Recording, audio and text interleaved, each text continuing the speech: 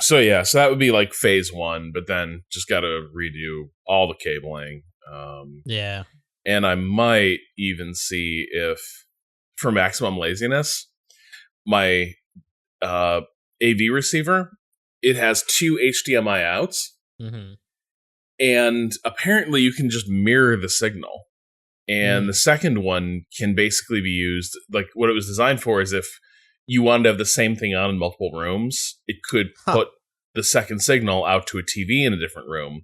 But because that TV is assumed not to have a speaker set up, it has to send the audio signal as well. And I was like, what if the capture card is just being fed off that? And then everything that's plugged into the AVR can be captured. Right. So I need to test that out. Because then you're just plugging one HDMI and then everything else goes into the Right. Yeah. You have to just double check what those signals what type of audio signals it's sending out from there. Right. Otherwise we get that hell noise from the other week. No, I mean I don't think it would do that. Optimistically, I don't think it would do that. But who knows? Yeah. Hi, Patrick. I want to record that. Can you just keep that in a little box, Rob? Oh, I'm sure it'll be fine. Yeah, I never heard that one before. Where Rob goes on a fucking adventure. I come in, he's pointing cameras at the ceiling, and I'm like, okay, here's some bullshit. And the piece de resistance, by the way, I forgot to tell you about this exciting detail. Oh, I bet. So, right now, my stereo speakers are being powered by the AV receiver. But this is obviously not what those speakers deserve. They deserve to be on an isolated stereo amp. Right. Just getting full power and just like pristine, clean audio. Of course. So I'm going to integrate a stereo amp into my surround sound setup. And so they're going to be running off an NAD receiver that's going to be connected to the AVR via RCA cables. Wow. Yeah. Pretty cool, huh? I love an RCA cable. Oh my god. It turns out they're still relevant. Yeah. Weird. Yeah. Anyway. Actually, Patrick's using a mix app that has a fucking RCA port, so it's not too far from. Oh, my Sound Blaster has RCA ports as well, so I'll be able to run those directly into the stereo amp, so I can listen to music. This just like bypasses the AVR entirely, and it's just like, again, pristine. Wow. I can't wait. Check back in 2026 when Rob has made some movement on these things. Good things take time. I don't. Yeah. Rob loves planning. You love planning. The doing, questionable. You know, that seems hard. But that's planning, hard. You delight in. I could add 6 more cables to this in theory. Well, all right. Let me put it up on the whiteboard. Yeah. Well, see, yeah, I like the doing once I'm certain that what I'm going to be doing is the right thing. Mm-hmm. But until then, I do get a little bit nervous. Well, you never know. You always find a new. You always move the bar a little. No, further. This time I've got it. Like, I'll get that. You know, once it's all here, it'll be beautiful. Mm-hmm. What's good, Internet? It's Monday, July 12th, or Tuesday, July 13th. I'm not recording. I was recording. I've got a backup going. Okay. Start recording. Sure, that could be this. I mean, that was the podcast. We could still do a clap though. And you, the listener, can just enjoy that in your car. Have your kids clap along with us. Yeah. All right. Do you have time? That is up. All right. Let's go. Top of the minute. So much time.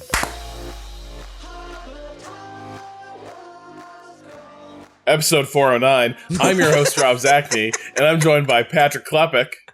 Yeah, I'm here. Let's go. Ricardo Contreras. Yo.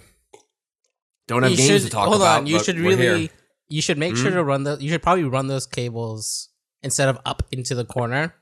Mm-hmm. You can like run them down and put a little this would work with anything that has a like metal tip on it. So like HDMI is what I was thinking of. A strong enough magnet that you can kind of drag it to the floor, and you know where it is, and then you can put the hole at the bottom easy enough instead of having to put a hole in the top corner where you can still see it. You're gonna have to show me how you're envisioning that, because you're saying like it can be hidden, right? Instead of because the wall is empty in between there, as long as you're not hitting a stud. Oh, so you drag it all the way to the baseboard instead of. Oh gosh! Yeah. Oh wow! So you just want me to get started burying those cables? Yeah. It's got to be seamless. That could be beautiful. Well, it'd be more beautiful than a bunch of cables dangling through a hole in the ceiling. Yes. Like, that's probably less attractive. No, that's what partners really enjoy. Just a couple more cables that are unidentified, not sure what they do. They love it. They just want 6 more of them. No, I'm gonna clean that up. I'll get that. Let me tell you, MK is totally on board with this project. She's very excited about. She loves when I start talking about the Rune server that I'm going to be running. And, what it means for our music, because obviously we both love music. I can't seem to make her understand that listening to Spotify isn't really listening to music. She seems to feel it's fine, just on the standard, definition audio that Spotify puts out. We gotta stop living with these normies, Rob. They don't get it. Honestly, though, I don't. No. I think it would actually be bad if there was a second, pointless, undereducated audiophile in this unit. But I could bury that stuff on the wall. That'd be great. Thanks, Kata. All right, so that's what I've been playing. How could I rework this setup? And multiple times when I sat down to start playing games this weekend, I started thinking about, really make this game better is if I had a better setup. I think about that concept. Go ahead. How long until we get, entertainment system simulator where that's all you're doing is rewiring and rewiring as you add different components to an entertainment system? I want that game. It'd be good, and you'd need and you'd have to create like fictional programs and setups that you're going to be running to power the setup that are like just needlessly finicky, right?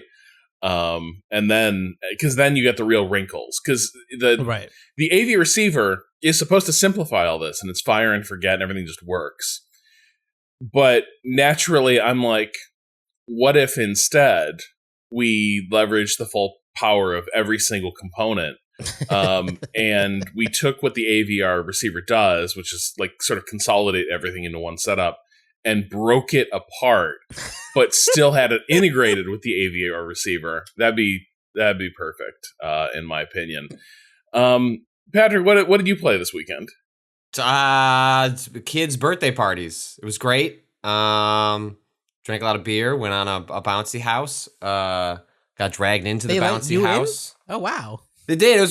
You can get the size of bouncy houses these days that you can get are, and there's been a rise of them over the course of COVID, where a lot of the places you would take kids like ages like 4 to 8, where they have these big like warehouses where they just put in like tons of trampolines and bouncy things, and it's just that's like a common place to take and do kids parties, but they still haven't lowered the threshold for the COVID shots to lower than 12. So like a lot of these parties are still finding ways to happen outside. So like you get a lot of parents who are paying like, $300-400 for, rather than, to rent out a place, they're instead renting out a place that comes to them. I have seen ones in our neighborhood that are the size of houses, like just straight up houses, like where they have to put it in their entire front lawn. I wouldn't have the space for it, but it was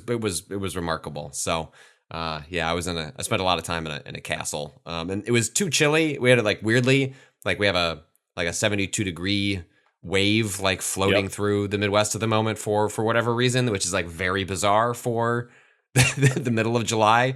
And the kids wanted the water parts on. None of the parents did, because it meant it was just going to be, well, you're going to do it for 10 minutes and then you're going to step out of the cold or step out of the water, be cold.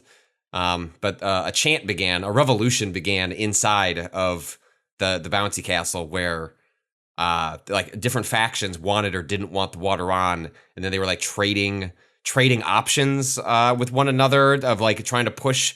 And then eventually they got the water on. And then eventually I got in the water. And it was fun. I had a good time going down the slide. Did all the children agree that the water was the right move? Oh, absolutely. Yeah, 100%. They said that's what the towels are for, which was a fair counter argument. Did the children then get cold though? Yeah, of course, but their threshold for like Jessica comes off the bouncy castle purple and chattering. I'm like, "You okay?" She's like, "Yeah, I just need to get a cookie." And I'm like, "All right, you want a towel? I'll be fine." Same. Like, okay. Yeah, now that I like think about it, I can remember just happily tolerating my skin literally being like ice, where it was like you could have chilled something against my skin as a kid and like being like, that's normal. I'm fine. Yeah. They're the children's threat. It's like easy to forget because they just don't care. And their joints don't hurt. No, they don't. Their joints all join. Except for I never had this growing up. And Jessica's only had it once or twice, but she woke up screaming in the middle of the night at some point a couple weeks ago and just complaining that her bones hurt. Which like I never had growing pains. Like I know that's a thing. But I don't recall it being like a big issue. Like depends on the kid. And she was just like, I walked to the bathroom to go potty and my bones hurt and I had to lay on the ground. And I was like, that sucks. That sounds really miserable. Oh. I'm sorry. I can't help you. Your bones have to keep growing. Sorry. This is a perennial issue you're going to have for the next 10 years. And then your bones will hurt for something else later on. Yeah, hurt for then gravity will take over and you have new things to complain about. Kato. All right. Kato, I believe in you. You played tons of games and have lots of stuff. You said in a message, you were like, guys, I will just take over the pod. I played ready? So many things. Hand me the reins. I'm ready to go. Kato Pod launched pilot episode. Here we are. So, you ever get something cool at a stoop sale or a yard sale, and then just spend a long time fucking around with it? Because it's like, oh look, I got this cool new piece of tech that I gotta figure out how to make work on. What kind of tech did you and get? You got a Game Boy Advance. Oh, what an amazing find! Is this a Game Gear? I found a MIDI controller for $15. Oh. Yeah. All right. And so you got someone's abandoned musical dreams you were able to capitalize on, and she said that the reason she's getting rid of it was that she lost the USB, which made me also feel like this wasn't hers to begin with. She lost a USB cable? Yeah, it's just like a generic. It's an older type, with the like square the end. Thicker one. Yeah. So it's like you can. I think the Focusrite still uses that. Yeah, I believe so. Yes, I only have one device. It's my older. old. Which one? Well, the thing I used to control my headphones. My what do you call it? The thing that we were just talking about that takes the RCA cable. Yeah, the Mix Amp. It's the only. I think it's the only device, maybe the only device in my active device in my house that is still using that. So I still have one spare one like tucked away. It's like, well, I guess the Mix Amp might need it, but nothing else in the house. USB-A. That. Yeah, USB-A. Right? Yeah. I feel like things still use USB-A, but it's rarer. Wait, why is it underrated? What opinion Because do you it's have readily about- identifiable. Right. There's so many other USB formats where also, it's like... Yeah, USB, whatever. What's the like quote unquote standard one? Is that B? The one that you never fucking plug in the right way? Fuck that shit. USB-A is like, I'm a square. You could tell which way is up because of the slight angle on the edge. Not really a square, honestly. It's more of a rhombus. But you never plug that shit in upside down.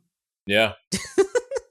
So, now you got a MIDI controller. Now I got a MIDI controller that can do all sorts. Like MIDI control has a long history of not just being used for music, the primary use, because each button tends to include not only you're pressing this button, but also degrees of pressing, like velocity comes into it, how hard you hit the button. But you can take all those values and, usually a lot of modern hard software will allow you to do other things with them, like switch between scenes in an OBS setup, or do fun transitions in vMix, which I'm starting to learn. So that was most of my weekend, was just fiddling with this thing and making it work on multiple programs. It's got this cool volume slider that I actually turned into a transition bar. So like I can like physically slide this little fader up and down to fade between two different scenes. Like I don't know if you ever watched any sort of TV on TV, like they always show at least one shot of some guy pushing a weird like looking almost looks like a throttle in like a control room. Yeah, that's to switch between scenes. I did that as a child. Yeah, basically I always assumed that was controlling like a remote, like, I don't know, boom or something. No, that bar is literally just so that you can control how quickly two fades happen between two scenes. And so you could do manually, you could stop halfway and have them both kind of overlaid on each other for comedic effect or whatever, or you could do it really quick. It's just manual control, and they all used to be built that way. I did that as a child for our like 4th grade school's TV, like morning news broadcast, which was fun. They had an actual like control deck there, which was neat. And now have one. Yeah, now I have one. It's not real, not one of those. I wish it was one of those, but it's a little, like on a mixer of volume fader that I can program as one of those now. Love getting new tech. I can't wait with it. Yeah, it's gonna be great for these streams. All new possibilities open up. Yeah, also if you could hook up a synth and maybe you could do a little John Carpenter. Oh yeah, sure. The pods are going like over Resident Evil. That would make complete sense. Yeah, there you go. That's a John Carpenter score right there. Yeah, basically. My God, that's exactly what Halloween sounds like. Yeah, right. Who can forget? That bleep, babysitter. Bleep bleep bloop bleep bloop bloop. Yeah, that's close enough. Yeah, Halloween. The Halloween theme is. I think I accidentally started to go into like Crazy Horse in. So, yeah, when I saw it, I didn't realize they're making another Halloween. 2 more. A whole trilogy? But they're all going to be they're always going to be like, this is the last time we're going to be hunted by. Yeah, well, the Halloween series is weird because this most recent Halloween reboot is the movie Halloween from 2018 is a sequel to the first Halloween and ignores the rest of the canon. Oh. So it's like there's Halloween 1, which goes through Halloween 9, skipping 3 because 3 is unconnected. Season of the Witch, great movie. But then, this one, it just branches off and just because Halloween 2, John Carpenter didn't want to make it. He was forced by the studio to make a sequel, and it got like weird and messy and franchise. But no, this is a trilogy of 3 done all 3 by what's his name? Gordon Green. I forget his first name. The director who does good stuff. I liked that Halloween. All right, it's fine. Yeah, Halloween Kills, and then I can't remember what the third one's called. Anyway, yeah, they're still making those movies. They're fine. Michael Myers is a little low on the killer I need to see for the 18th time. He doesn't have a lot of personality going on. At least Freddy Krueger, they said fine, just turn him into a stand-up comedian. That's the wow. So he's just hung around too long. He's just not as intimidating. Well, there's that Michael Myers. He's like the embodiment of like a stalker, and he wears a mask and doesn't emote. There's not like you like at some point, you run out of that's like a pretty limited formula in which to do things with. Which is why all the other villains talk. Well, Jason. Right, but Jason is explicitly, I guess, the Halloween attempted to continue to ground itself, whereas Friday the 13th said, you know what we're doing? We're going to space, which is what every reasonable horror franchise does after the, 8th or 9th entry. I guess Freddy Krueger didn't go to space. Jason went to space. Critters. Oh, but Freddy Krueger has the whole thing already set up where like you're already going places or like the dreams. Yeah, Hellraiser went to space. They turned that cube into a spaceship. What? Oh yeah. Oh my god. I want to say that was the 4th or 5th movie. That's early. It's early for a space one, huh? It is. Yeah, they decided to say fuck it. Well, the Weinsteins were in control of that franchise, so it's just they buried that one as they were only making those so they could hold on to the rights to those films. Did you guys see this Rob, I know you are a Yakuza super fan. In that you know the Judgment thing. Yeah. I'm nervous. It's too weird. So, I'm bringing. There's a Kotaku article if you want the full lowdown. It says report Judgment series is ending over PC version disagreement. And then it is more quickly summarized by Nibelian on Twitter. Japanese site Nikan Taishu reports Lost Judgment might be the last game in the series due to disagreements between Sega and the talent agency of actor Takuya Kimura. The reason Sega wants a Steam version, the agency doesn't. As absurd as it sounds, the said talent agency has strict policies in place, and according to the newspaper, the agency does not want the game to be on PC. For Sega, Steam has become increasingly important and hard to ignore. Just a baffling situation that hopefully can be resolved. I would assume the read on this is that they don't want modders going in and like fucking with the brand and the image, which is a fairly outdated Then they'll have concept. a model of him and they could do whatever they want and make it look official because it's a high-res model. Right. And so I like on some level I get it, but that's why like it's 2021. Like the idea that there's several things that are interesting. Is like one is that Steam is important enough to a Japanese company whose flagship alongside Sonic probably Yakuza is more important than Sonic to some degree at this point.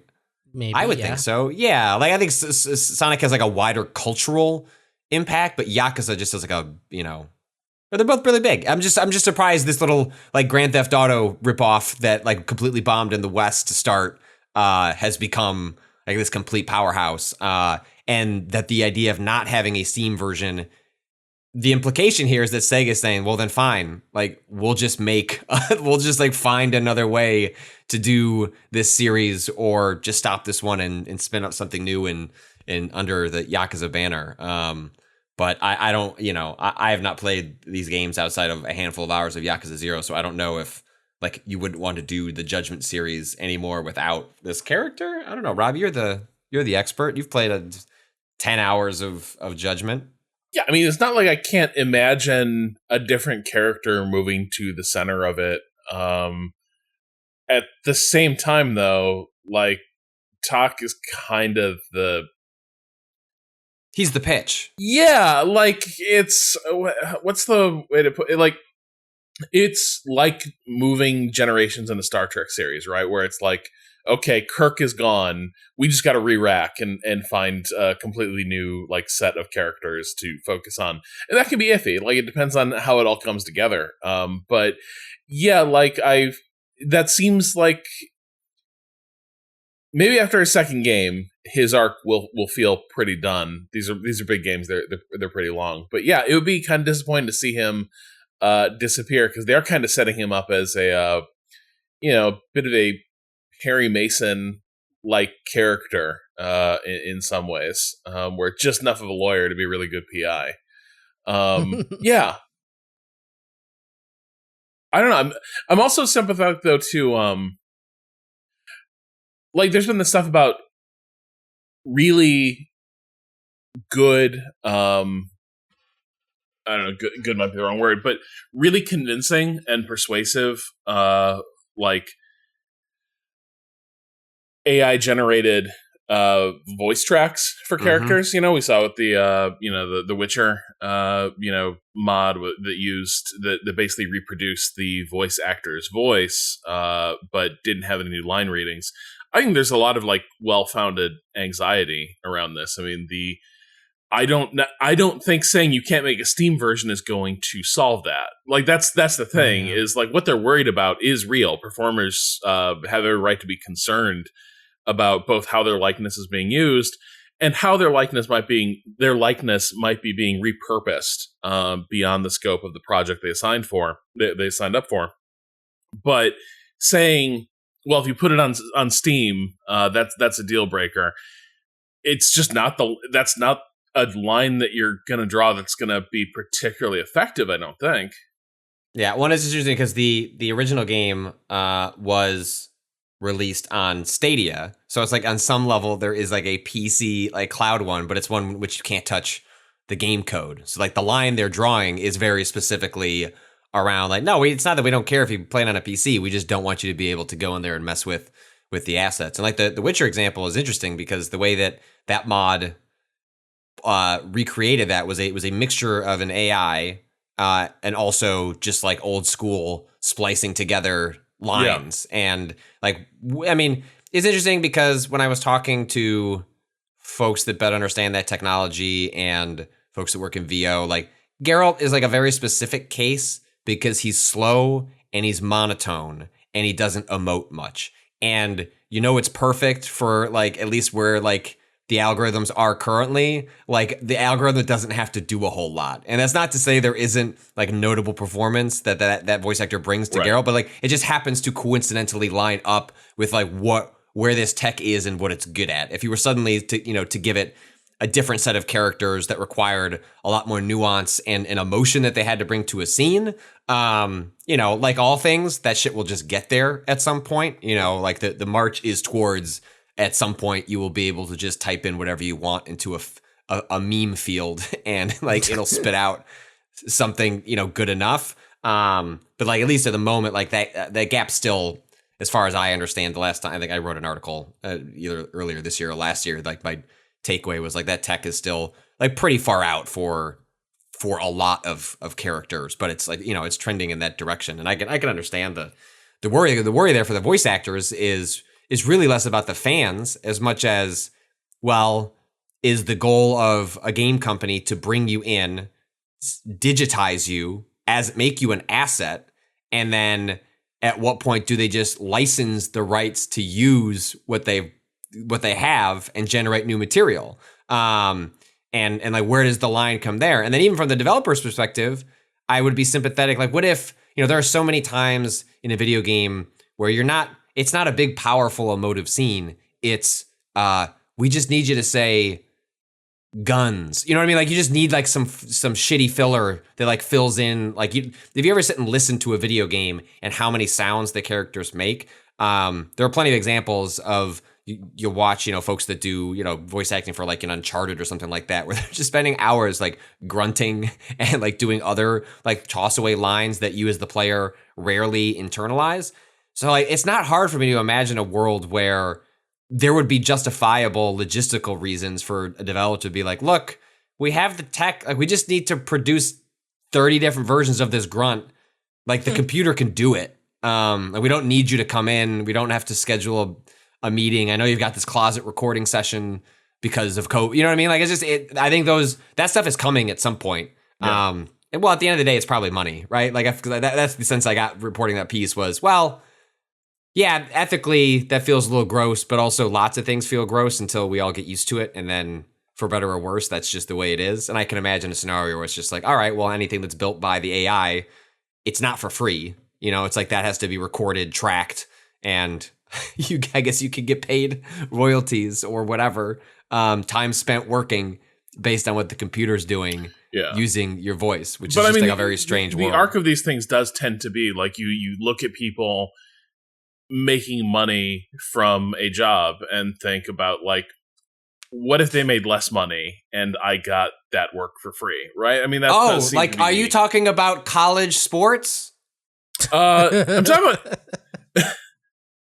But like it's kind of everything, right? We have absurd.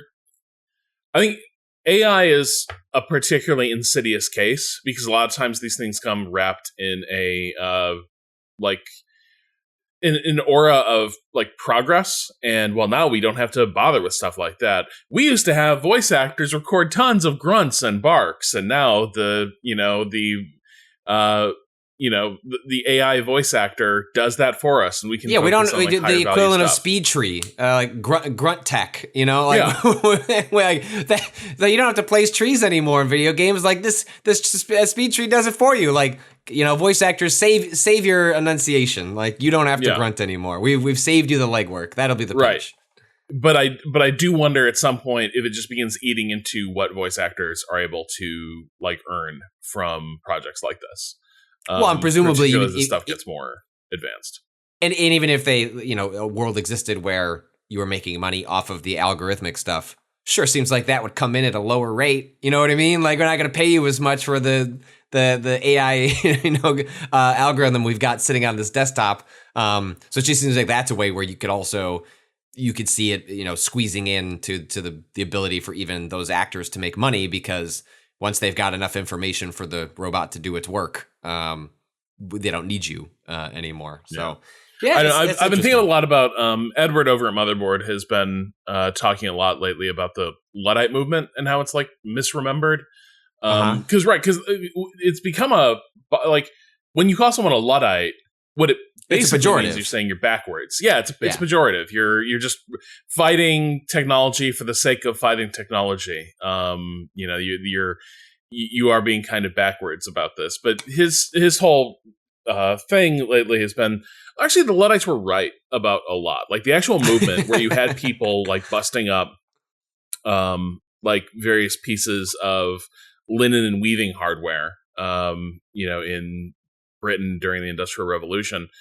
It was a pretty spot-on recognition that the arrival of this stuff was going to demolish traditional crafts that people used to be able to support themselves by practicing, and enrich a smaller class of industrialists and make workers more dependent and have less power, against those forces. And they were right. And we tend to make the argument that, well, these things were coming either way. And obviously, at the end of the day, we did get, like, things were more productive. These sorts of wares became more widely available. So it's a net good. But it probably, like, it should be better remembered that throughout a lot of the process of industrialization and now probably automation, a lot of the concerns that critics have do tend to be borne out over time.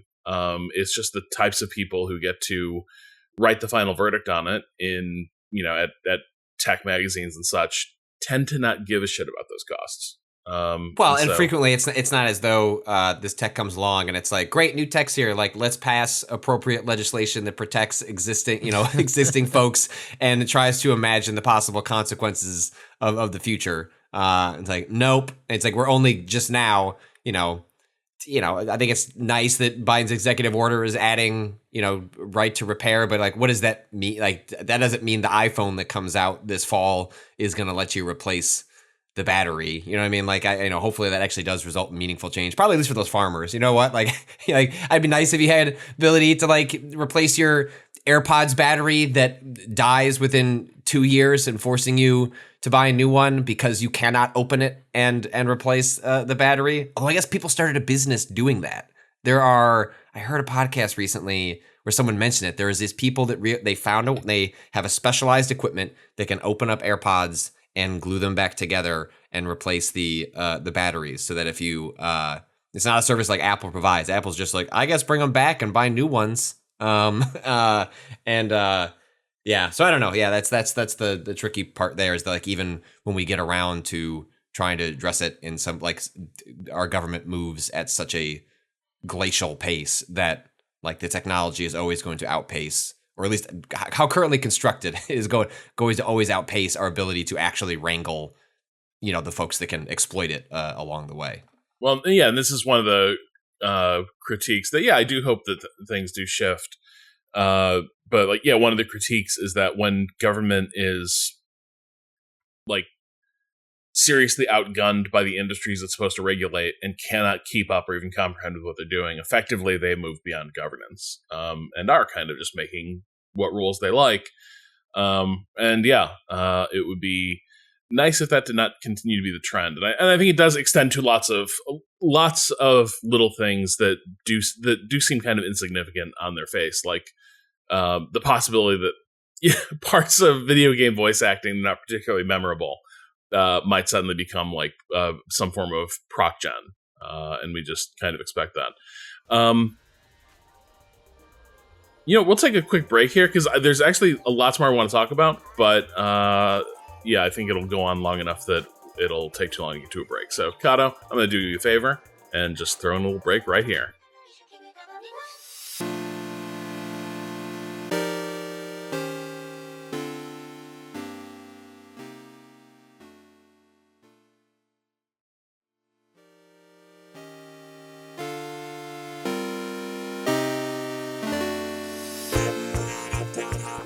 All right. So, you know what isn't cutting edge? You know what's a classic? Yep. A timeless masterpiece. Wait, am I allowed to guess? Can I get a hint? Am I going to be able to guess? You can guess. Why do I need a hint? I don't think you need a hint. Resident Evil. Oh. I was like, that's a lot of pressure, Rob. You and I have played, I don't know, 4 or 5 hours, 5 hours of the original Resident Evil on a series of streams. How far would you say I am? I don't. First act still? Yes, there are places beyond the mansion, but I forget the. It's not an especially long game, but it's not a short game either. Like, my guess is that this first run through, although I'm helping, you don't have to do what many of us did, which was, well, I probably should just make a hand map and write down that this is a sword key door. No, you wouldn't do that. You would just aimlessly wander around the one side of the mansion to the other, trying every door until you finally find the one that unlocks it. Kato gets it. That's what we did back in our day. I mean, I read about these people playing the original Metroid. I had to do a grid map to know how to get around. It's like, but what if you just wandered for a really long time instead? Just vibes-based gaming, just go where the vibes take you. Yeah, for hours, and suddenly a 7-hour game takes you 30 hours because you just keep wandering from left to right. You're just feeling the vibes of the space, moving through it. I'm gonna look this up, Rob. So you tell me how you felt about it so far, and I'm going to look up how far you are into this game.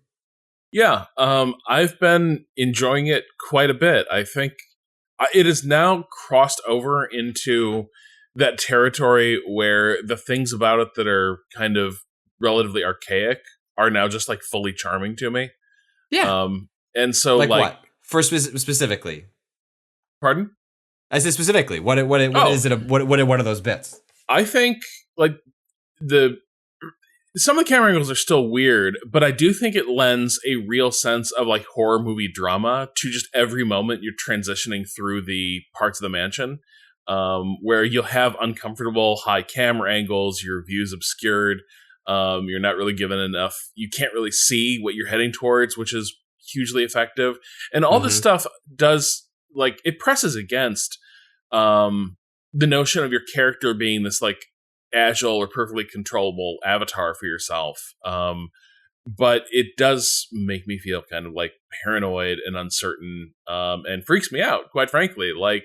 I had a complete meltdown the other day on stream where walked into a passageway and just heard tons of windows bursting in, and I was like, no, and I turned right around and I walked out the door, and I was like, maybe those zombies won't be there. And there were a lot of them, and way more than I expected. But part of that is, and it totally worked, because even though I knew they were there, I had no idea how many. And if it had been more of a standard over-the-shoulder type camera angle, I would have very easily been able to see, like, okay, there's this many in the room. But instead, it continued to be that total horror movie moment of, like, okay, there can't be any more. And then I would move a few feet forward, camera angle would whip to a new position, and it's like, holy shit, I'm boxed in now. And that escape I was making is not an escape at all. So that's been really effective. And I think the mansion itself as like this space that feels like a series of like almost static backdrops to the action. It does feel there's so many places where it just looks great, where like your character model and the way the scene is lit, everything is so memorable and sharp. I guess the way I put it is a game where almost every moment feels composed in a way very few games do. And that's been really striking for me. Yeah, you miss that handcrafted feel to a degree. Like, I understand why games have gone in the direction that they have, and even the series. You know, it's fascinating to see this, to revisit this so quickly contrasted to the Resident Evil 2 remake, which attempts to do a very similar thing, but from a different angle, right? Like, it doesn't maintain the pre-rendered backgrounds. You know, it puts it into a fully 3D environment where there are still attempts made to evoke that, like the weird and odd angles that the player is situated in, that feel so handcrafted. Like, and it's a framing, right? Like, what we lose frequently in 3D video game spaces, and Resident Evil 2 has this to a significant degree, is you can feel, like, when you walk through a door and there's a close-up shot of Jill, like, the angle doesn't make any sense. It doesn't give you any information about the world around you. It's not telling you about the threats that are around the corner.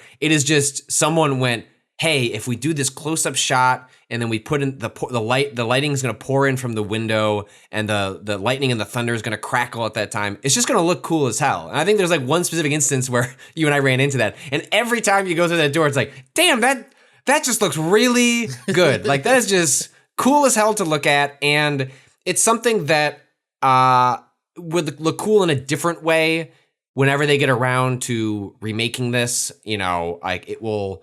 I can see how, you know, with ultra high res assets and all that, like, it'll be cool from a different angle. But there is just something profoundly unique about this remake in particular, in which they are trying. And maybe it's just because of the era that it came out in, and they weren't even capable of pulling off the fully 3D mansion they would have wanted to when they approached this. I have no idea, but I just love the idea that it's straddling these two worlds of technology, and then the mashup that you're left with is just something wholly unique. Like, just there aren't many games that look like this, and that's been like a delight to go back to, both to see how how much it holds up, but also to the degree that, like, the real-time lighting layered over these, like, beautiful, like, computer rendered backgrounds is just such a unique look that we just don't have in games anymore. Like, even in the rise of, developers who grew up as kids in, like, the PS1, Sega Saturn era, like, you're not seeing a whole lot of time spent doing like pre-rendered backgrounds that characters are running around with, because that's a fairly tall order. That's like a in some ways like a skill set that maybe doesn't exist as much as it did anymore, and so we don't really see a whole lot of that. But it's really cool here. And the other thing I really like is just it's a remake that is made to surprise people who have already been here before in ways that are delightful to you, right? Like, your discovering of a Crimson Zombie, if you haven't played Resident Evil, the remake, when you kill an enemy, essentially a countdown begins where that body will return as a redder version of that zombie that gets up, that can run. There are certain features about the Crimson Zombie, Rob, that you haven't encountered yet that hopefully we will, because that will also be, quote unquote, a delight for you to discover. And it's something that works as a newcomer, but it's something that explicitly is riffing on memory and institutional nostalgia for a thing. Like, the the fact that when we did your run, I was like, hey, can you go interact with the front door? Because in the original game, when you interact with the front door, you get a really one of the worst CG cutscenes in the game where a dog peeks through and tries to bite your hand, but you slam the door shut. And it's meant to imply like, oh, this is why you can't leave. Like, you know, addressing the most pertinent question. You're in a dangerous mansion with zombies. Maybe just leave. Like, go like anything else but here. And like that's the game's, you know, bullshit reason for boxing you in. And so I wanted to make sure it was like the original Resident Evil puts sparkly little lights on the objects some of the objects you can pick up, like the most important objects you can pick up, but doesn't like make clear which objects are necessarily interactable. And so for me, it was like, oh, I forget how it works in the remake. And also this is like a pretty decent jump scare. Like, Rob, you probably have no reason to interact with the door. Like, just go do that. That's part of like the enjoyment I'm getting out of the stream is being that person who's like, like go nudge in that direction and see what you find. Well, I forgot that in the remake, that dog appears, but then that dog also runs in and you got to kill him. And Rob was just not particularly equipped from a health or bullet standpoint or just controls. He was still getting his, his feet under him in terms of controlling fine Jill. now, though. Yeah, no, everything's great. Yeah. Now Rob's blindly firing shots, taking advantage of the auto aim from around a corner. It's delightful, but it's those sorts of things that operate on two levels where they're for newcomers. It's just, oh, that's how the game works. And then for someone who's coming back, it's the designers laughing at you because you're getting a remix of events in a way that like put a smile on my face the first time and is fun to rediscover all over again. Go on. I just had a question about the two and its remake. Did 2 have set camera angles the way that 1 did originally back on? Oh yeah. But so then when they did the remake, they totally changed. Yeah, they just made it a third person action game. I mean, I think was Mr. X in 2 originally? Yes. Okay. Yes. That was the other question. Not nearly as terrifying as Mr. Again, I could be misremembering, and this has also been an enjoyable thing where I'm having to ask chat. I was like, chat, I'm not trying to screw with Rob. Sometimes I am, but in this case, I just don't remember. But I believe in Resident Evil 2, the remake, I think you can hear Mr. X from much further away. Like they communicate his footsteps from a much further distance, I believe probably because they're actively tracking Mr. X in a way that was not possible in the first one. I could be getting that wrong, but I believe that's one of the changes between the two. But yeah, they kept the fixed camera angles all the way through Resident Evil 4. Like that was when that went out the window. So you had Resident Evil 1, 2, 3, Resident Evil 0, which is a train-based or starts on a train game that was in development for the N64, came out on the GameCube eventually, back when Capcom, like the Capcom 5, I believe is what they were called. Capcom like lined up a series of exclusives with Nintendo back when Nintendo was struggling in that era, and Resident Evil 5, I think, was one of those games. But it wasn't until 4 that they said, all right, we're getting away from the pre-rendered stuff. I mean, obviously, it like kind of fundamentally changes the player's relationship with the environment around them because it kind of removes one of the tools that the developers have, and they came up with new ones. But it definitely, you can see it so acutely in Resident Evil 1, like how much thought had to go into camera placement, and even just like the putting of like an occasionally a mirror that has like reflections, which then allow you to sort of. Like in another game where you could peek the camera around the corner, like you can't do that here. And so they had to, they found ways to give the equivalent of that or a version of that. And so you'll have, spots where you got a mirror where you can kind of see a zombie shuffling around the corner. Yeah. Even though you can't, hold R1 and peek around it. Yeah. So, we're going to be playing more of that this week. I think this is actually going to be replacing Tactical Tuesday for this week because Austin is going to take Tuesday off. And obviously, it's something that's entirely possible because of Waypoint Plus, which you can waypointplus.com. Just go there and sign up. But the streams are free to all. So you can watch Patrick and I sort of flounder through this. And, well, I think through the game, we're thriving. Mm-hmm. Where the flounderings happen is where we're trying to figure out what, like, milestones mean during the stream. Right. We should probably think about that before we start streaming next time. Yeah. I'll look up. I was looking up a walkthrough. But yeah, like there's a pretty big thing coming up that I'm. I think Rob means sub milestones. Oh yeah. Well, the mistakes were made. Kato forgot how to count. I just tried Kato. People were being very generous, and they were dropping 5s and 10s of gifted subs mixed in with all the ones. And also I had to keep a separate tab open to have the memberful number up. And at some point I looked up and the number had changed too much, and I didn't remember what the old number was. So I put a question mark on it and kept counting from there. And apologies, also not apologies to like the one person in the chat who was clearly very irritated that the numbers were then like 72 over 50. Like, please change it to 100, please. And I was like, well, you asked, which means my only response can be no.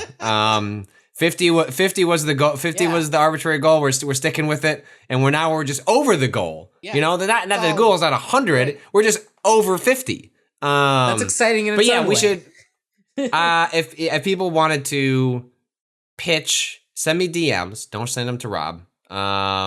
About if we hit sub goals, different things that could change on the stream as a result. Patrick can't help Rob for 5 minutes. I don't know, like stuff in that wheelhouse. Like if people have ideas, hit me up in the DMs. That is, I had a dangerous thought, which was that I not be allowed to save until we hit our threshold for the day. That's a good one. That is a really. But are we then discouraging people subscribing because the Sado streaming? I don't think so. No, I think people would be. The anxiety would be through the roof. Yeah. For every minute that you went along. So no, I actually think you would probably be saved fairly quickly, but that is a good like initial sub goal. It's like, hey, we've started our playthrough till we hit 25. Rob cannot use any of those ink ribbons. That's good. That's good. That's a good original one. All right, we'll start there, and if people have other ideas, we'll tack them on. And I've also been playing something else a bit old this week. Go ahead. So I got back into Company of Heroes. Okay. Which is there's like a reason for this though, right? Like this is not. No, and all will be revealed next, like next episode. Okay. But so I've been into Company of Heroes again for like the last couple weeks, and I've been playing around with Company of Heroes 2 Ardan Assault, which is probably one of my favorite versions of the game. But it's just one of those things where it's like I'm surprised how good it's been returning to those games, because those were some of my favorite RTSs of like the like mid 2000s and early teens. So it's an RTS series from Relic, and Relic also made the Dawn of War series. They are working on the new Age of Empires that's coming out. Isn't like a Company of Heroes more or less would put them on the map though? Almost. So no, actually that's not true. They also made Homeworld. So Homeworld was a critical darling, and that kind of but it wasn't a huge like they put that out with Sierra, right? Like Sierra originally put out Homeworld. I remember, like PC Gamer, like people I knew who liked those games. What's that Homeworld. Intonation? Yeah, PC Gamer. No, I'm just saying. Oh, do you mean the magazine and record for the? Well, okay. That's true. Like, back then it was CGW, but. But I got the demo disc through PC Gamer. That's true too. That was Coconut Monkey. But I guess what I'm saying, it was an early one. Like I was too young to fully like understand. Like, oh, people really love this game, but it doesn't sell the way other games do. And I just felt like Company of Heroes was like a certain. And maybe it was just because I was older. No, like, I feel like that was the. That was the point where Relic became went beyond it kind of went to a higher sort of awareness in the strategy community and to a larger audience. I think that's an accurate read, and I think now it was building off of what they'd done with Dawn of War 1, which was their Warhammer 40k RTS that introduced a lot of stuff like units getting cover depending on where they were on the map. But yeah, Company of Heroes looked like the pitch on it was kind of, it's an RTS that looks as good as like Call of Duty or Medal of Honor, which basically did. It was really detailed models, and it had really granular cover systems where, well, it was fewer units, right? Like you're not controlling grand armies. You're like controlling and caring about squads. Yeah, it's not like Total Annihilation in like the late 90s or something, where it was just like you're controlling hundreds of units. Or Supreme Commander built on that in the 2000s, where these are about sending massive armies at each other. Company of Heroes, is focused in on squads, and they're sort of modular. You can customize like what support weapon the squads are carrying, and it even mattered like, if you have a squad of 6 troops, you sort of hover your mouse over parts of the map. Like, say there's a stone wall. You would see green pips pop up for where the soldiers would take cover, and that would be good cover that they were in. There would be shabbier cover, like if there were stacked logs or something. It's better than nothing. It's better than being in the open, but it's not solid cover. They could take over buildings. And so it became a game of like really detailed, but also intuitive micromanagement, where you're kind of like hand positioning troops, guns, setting up fields of fire. But the flip side of that is, and this is what's been sort of driven home for me this past weekend. I had forgotten how frantic all that feels when you're under the gun, because Company of Heroes, particularly Company of Heroes 1, as I've been sort of getting back to grips with it, and I've been sort of turning up the difficulty, it's like the whole thing is about sort of a state of flow on the map. Wherever the enemy is, you can either fight them there, but if they're in one place, that probably means they're not in another. And ideally what you'll do is you will fight them where they are, but then also take advantage of the fact that they're probably not somewhere else. And so you'll also be hitting them, wherever they aren't. And so the sort of map control game you're playing is really dynamic. The front lines shift really drastically. You're constantly deciding whether or not you stick a fight out or just retreat.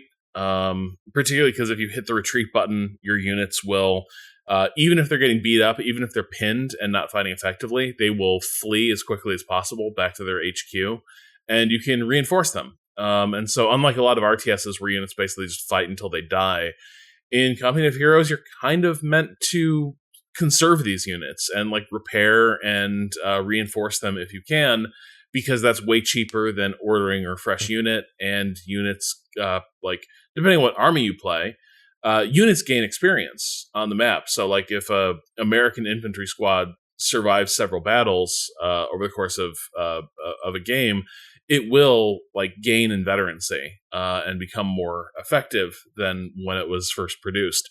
So I've been getting into that a lot this weekend, and it's been kind of frustrating as well, because it's like, I remember being better at this, and I have totally gone back to the like, I remember being this shitty at this game, and it's really frustrating. Like this past weekend, I was like, I was feeling pretty good about where I was at, so I started like playing the hardest AI in Company of Heroes 1. And it's one of those things where it's not a real linear curve. Like once you hit that final button, it's just like AI is a nightmare. And it started doing things that were totally different. Like it starts using more exploitative matchups. And so suddenly the early part of the game for the tends to be infantry dominated, and the AI is just like spamming snipers. And the thing about snipers is if they see a unit in the open, you'll hear like the bang of the rifle, and then one member of your squad will just be dead. And you have a limited window where the sniper is revealed by that shot. and you can engage them. And so ideally you sort of run up on them and get them. But what if there's 2 snipers? What if there's 3? Suddenly you can't go anywhere without there being like bang, bang, bang. And your squad is like down to nothing. And so you retreat and you just end up like huddled in a smaller and smaller radius of space where you can safely traverse as you try to figure out like, how do I break out of this cordon of snipers? And the answer is you don't, but it soon won't matter because German tanks will be rolling up your front door any second because the Germans got all the fuel on the map for the tanks, and you, meanwhile, have jack shit. But the other thing that's great about this game is because tactics matter so much, because like winning these engagements can be so critical, even if you're kind of getting rolled a little bit, there are ways the game is really nicely set up to let you maybe rally a bit. When you are sort of on your heels and your army has been depleted, you gain resources more quickly. And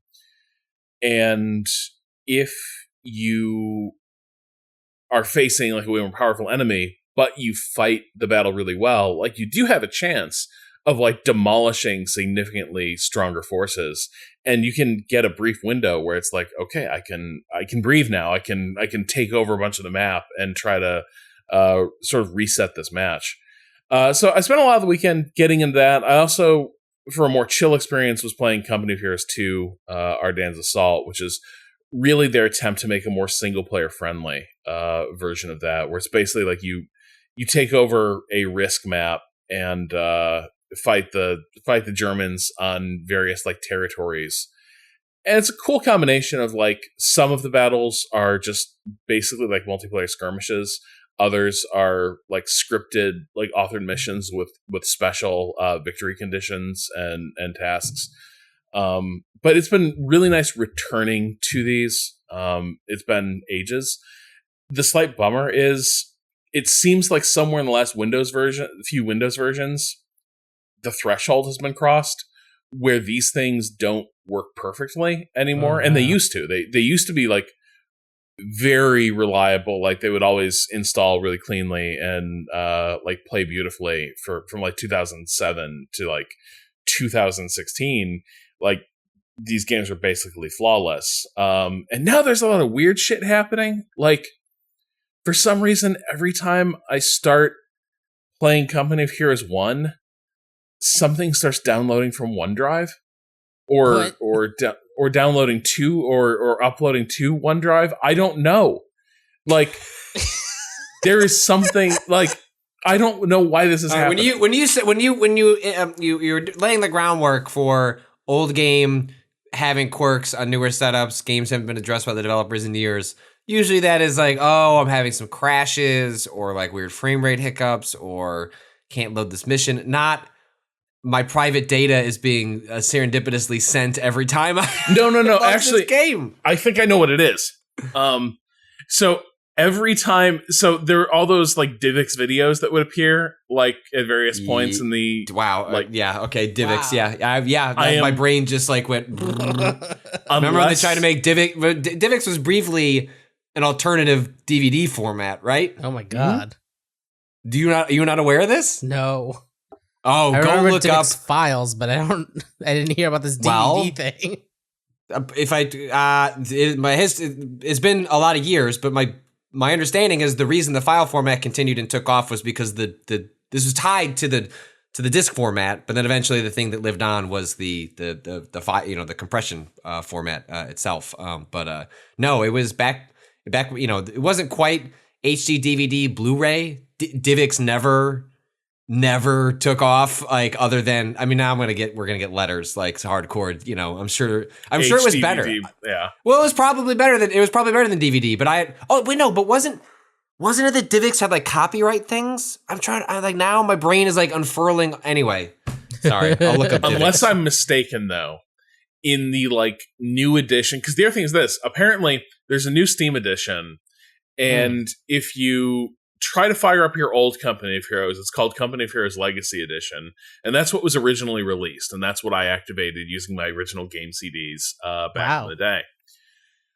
But the reason it's a Legacy Edition is because that game, when it launched, apparently had like GameSpy integration built into its multiplayer, and GameSpy doesn't exist anymore, so it doesn't work. So they had to sort of rebuild it. But in the process of rebuilding it, there's weird shit like when I was starting the campaign, which also opens with a big video sequence of like basically ripping off Saving Private Ryan.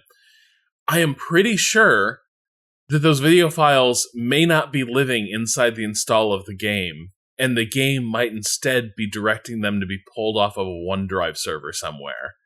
And then played locally.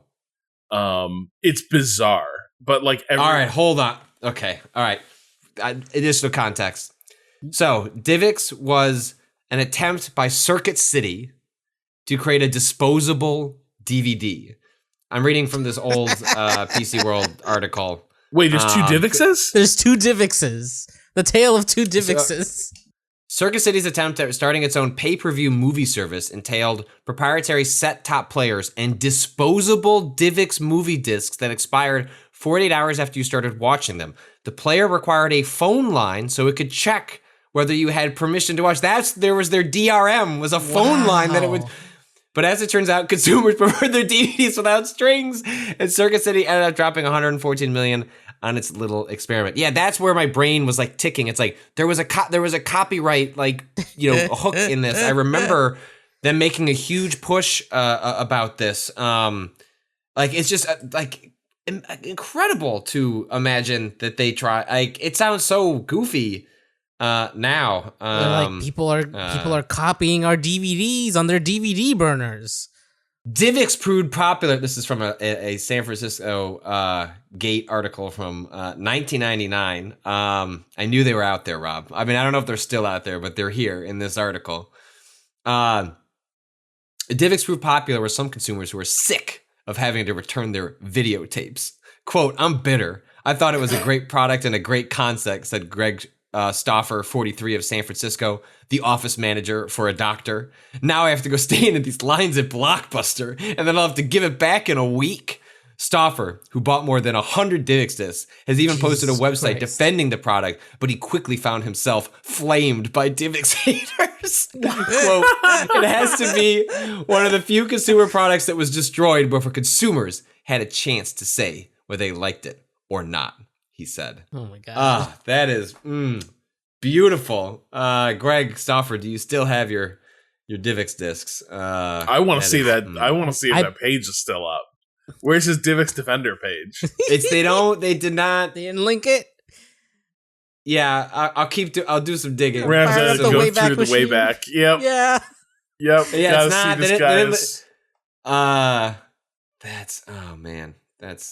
That's too funny. I don't think he kept any of those, though. What a weird right? Like, service. That sounds like the type of person who is immediately tossing it in the trash and being like, "This is so convenient." Well, it's because ideally that is right, because the disc is garbage after 2 days. What's so fun? So wait, but did you have to go get the DVD from Circuit City? That's the point, right? Yeah, you had to go pick it up, but then it would die, and you instead of returning it, you would just throw it away. So the idea is that this was more convenient than a rental store because you're already at Circuit City, right? For Circuit City things, which buying is a TV or I don't know, getting some cables. You buy a TV, you don't need a TV for like 5 years, 10. Like, well, I don't know. If you're just throwing out discs. DivX discs look just like digital video discs and CDs. Like their digital counterparts, they offer superior quality to videotapes. Unlike DVDs, which list for $30 to $35 and are offered for sale, DivX worked on something closer to a pay-per-view model. People could buy DivX discs for $4.50 and then watch the disc anytime they choose. Once they started watching, though, they only had 48 hours in which they could watch the movie as often as they wanted until digital codes made it expire. After that, they could throw the disc away or pay to recharge it for 2 more days or for life. So you could turn it into a DVD if you paid for the the right to, but then you're still hamstrung by the DRM that is I guess handled by the set top box. This is, I mean, what's funny is that they stumbled onto what Amazon does now, where you can rent a movie for 48 hours and you have that amount of time to watch before your rental goes away or whatever, right? Like it's the same setup. I will do that sometimes where, like when they do rental sales, like on iTunes or wherever, like I will buy a rental, but it doesn't kick in until you hit play. Right. And so it's like, oh, like, yeah, I bet we'll want to watch this horror movie or whatever at some point. Like, I'll just put that in the queue, and then it's just, well, more likely I'll just forget it's there. And I paid $1 to Apple for the right to not watch a movie that I'll accidentally buy on a Blu-ray sale 6 months later, and just really have screwed myself over. But it's just interesting to see like the little bits of kind of prophetic, like how we would worry about privacy intrusions. Like also in this article is this line that says, all activities were handled by the DivX player dialing into a billing center over phone lines. That sparked privacy concerns from people who did not like the idea of their TV making a midnight call to report their viewing habits. Which is just like so fucking hilariously quaint compared to the world that we live in now. It's just what a wow. Different DivX. Have not. I had a Circuit City right down the street from where I grew up. It was near like the big outlet mall down the street from my parents, and so that's where I got like a lot of my electronics when we couldn't go to like the actual. You know, remember like they had like actual computer warehouses, like Computer USA and places like that. I don't know if that was mostly just a Midwest thing, but like there were stores that specialized in just, you want computers? We got them. But the Circuit City was like we have everything sort of electronics store. And so I would go there during the era of DivX, and they'd have the big signs pushing it. So that's why it's like so measured into my brain, is because I actively saw the $100 million in advertising that they flushed down the drain trying to push this shitty tech. I do feel a little sympathy for like someone at Circuit City was forward looking enough to realize like, we got some problems headed at us. And they get within a chip shot of Netflix, sort of. You know what I mean? Like they're not that far off the concept. And not only like closer to what Netflix became in that intermediate phase before they got fully into content production, but right after they were moving off of just being a DVD mail service. Like Circuit City was like almost there. They just needed, hold on, I have a revelation. Yeah. All right, so this article, Mr. Greg Greg Stauffer, who was quoted in I missed there, but this was later in the year. But the dude who's the SF Gate guy who was so I was trying to find his website, and instead I just found an article from months prior. In March 27th, 1999, at ZDNet, sales are up. DivX gets a replay. And the reason it came up in the search is because halfway through this article, under the subhead "Busy Not Lazy," Circuit City hopes to attract customers like Greg Stauffer, business manager for a San Francisco doctor's office. I am not restricted to a 5-day period where I have to watch the movie and get it back, said Stauffer. I'm not lazy. I'm busy. Stauffer has over 100 DivX movies and perhaps 20... Stauffer has over 100 DivX movies and perhaps 25 DVDs. That perhaps is doing a lot of work in that sentence, both of which he keeps alongside his CD collection.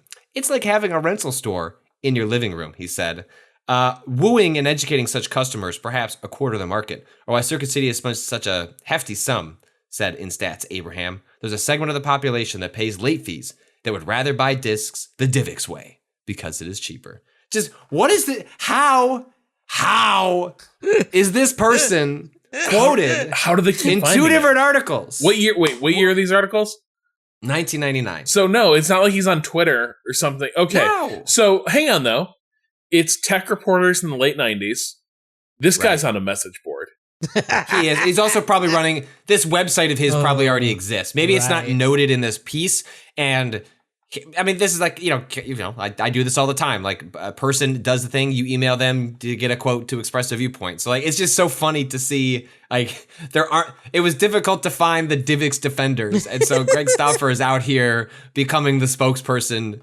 Like Circuit City doesn't need PR people. They've got Greg. Yeah. Like Greg is ready to go to bat. We were denied, if social media existed, like we were denied the opportunity to see him get like promoted Instagram tweets from like Circuit City, just like showing him living his best life, like hashtag DivX life, hashtag busy not lazy. Busy not lazy. Like imagine a shot of like a fucking like a French 75 in the foreground and a little DivX box with the phone jack sticking out of it in the background. Another perfect night with DivX. Brought to you by DivX. Oh my god. I can't find the website, but if anyone was around in that era, please write in if you know how to find his website through the web archive. Or Greg, if you're out there, hit us up. Let us what did you find to replace Greg? How's it going? Yeah, hi Greg. It's so funny. I would love if all that happened now was that like something used my phone line to quickly authenticate a session, but didn't pass on any other information about what's going on. Like that's positively utopian. Oh fuck! Oh no! God. They were gonna start. That was just an inevitability. That once if that had stuck around long enough, open phone line. Yeah, it's just DivX is just listening to you. Also, does that just like cut into your phone? Like you can't be on the internet when somebody else in your house is about to watch a DivX movie. No, you can't. Well, does it only have to check once, or does it have to keep checking as the movie's rolling? So It's like, God damn it, you ruined my DivX movie. It's movie night. We can't be calling. No calls, no internet. So how is like what? I guess is it calling home to determine like is that locally stored or is it only you know what I mean? Like if you're like unplugging the wire, like what happens? Is like the 48-hour countdown keep working? Does the disk not operate unless it can authentic?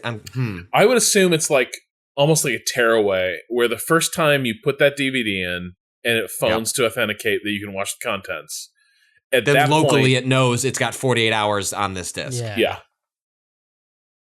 That'd be my guess. Wow. Yeah, and this was... It probably didn't cause... I'll bet the expectation was DivX, the target DivX demo, had a second phone line for tech. Right. Oh, yeah, absolutely. Oh, 100%. Sure. Yeah. Like the launch of DVD and like alternative non-VHS formats was... Yeah, that was not happening. I mean, I think that's what our family eventually got was a second line before we got up to a 56.6K modem. We never got a ISDN 128. And then at some point Comcast entered my life and never left. Is what I remember. It was dope at the time. The first time I had brought home my parents got a cable modem installed. Holy shit. That is like low key, like I don't remember that much about that era anymore. Like because like fast internet is just like, now we complain about the fact that I can't upload fast enough. But like that first time we had a cable modem, oh my, I don't know what I did because it's not like there were like a ton of options for just there was no Steam. But it was just like loading websites and just watching it pop immediately was incredible. The website's You wouldn't even see the Netgate Navigator bar like fill. It would just be bam. You were navigated. Did Netscape Navigator last long enough to enter the cable modem era? I feel like IE had taken over at that point. I mean, I'm not saying I bet it was still around, but I feel like Netscape's heyday was in making dial-up pages load faster, and once we got to the cable modem, I think IE was. Didn't Netscape? Hold on, didn't the Netscape people turn into the Firefox people to a certain extent? What? Maybe those two projects are. I don't think that's true. I mean, maybe created like the talent left, but I don't think it's the same company. No, the Mozilla project was created in 1998 with the release of the Netscape browser suite. What's up? Wow. What's good? There you go. Damn. So I'm still using it, baby. You're still using it. What happened to Netscape? It became Firefox, and I burn with passion for it. Do you actually use Firefox? Yeah. Okay. What's the new one that people keep saying you should use? There's a Firefox. No, I know that Firefox, I know people made a switch when Chrome's memory usage was out of control, but there was other one someone was pitching me on recently. I can't remember because I was complaining. I don't think it was. Recently. So occasionally you get someone who's like, Edge is good now, and that's bullshit. Yeah, no, I've heard that. That's not true. It's lighter weight, but it's not good. Right. Yeah, Chrome's gotten pretty. I don't know. I feel like there's the wheel of bloat that happens in browsers as well, and it just turns ever onward. And you're like, man, why does my browser suck all of a sudden? And it's just because it's now at the bottom of the wheel, and you have to go and see who's at the top, who is currently running the leanest, meanest, thing. No, it was Edge. Someone was just like, "Come join us on Edge." So it was. It was not some other mysterious browser. Get the fuck out of here. Edge. So in my fucking life, I do think maybe I'm being naive. I feel like Mozilla is less interested in just harvesting every ounce of my data, whereas Chrome, that is the business, right? We're like Chrome is just access all those shopping sites and everything you need through Chrome. Your data's safe with us. The only people using it is us. Well, I recently, Apple, company with all their own problems, but all that new the privacy tracking stuff that they pushed is fantastic. But it's also, so I use Facebook primarily just to occasionally, it's now the old person social network. I fully get it. I embrace it. It's a series of group chats for me and people that haven't moved on to other platforms and places to put my pictures of my kids. Anyway, the ads on Facebook for me have gotten completely fucking weird because I primarily use Facebook through my phone. And so there's nothing for it to track anymore. So I have just been getting all sorts of fundamentalist Christian, it's just stuff that it's just weird. It's so I'm constantly getting ads. It at least picks up on the kids stuff, I guess, from I don't know how it's it's this weird choking device, anti-choking device that is you really need one of these. And I was like, I don't. The ad is disgusting. And I hide ad. And I put offensive because it was offensive. I didn't want to see the graphic that they were showing me of the child that they were trying to save from choking. But it's completely made my ads super weird and sometimes fascinating, but mostly just unsettling. To the point where it's can I just pay you $1 a month for this to all go away? I just want to post pictures of my kids.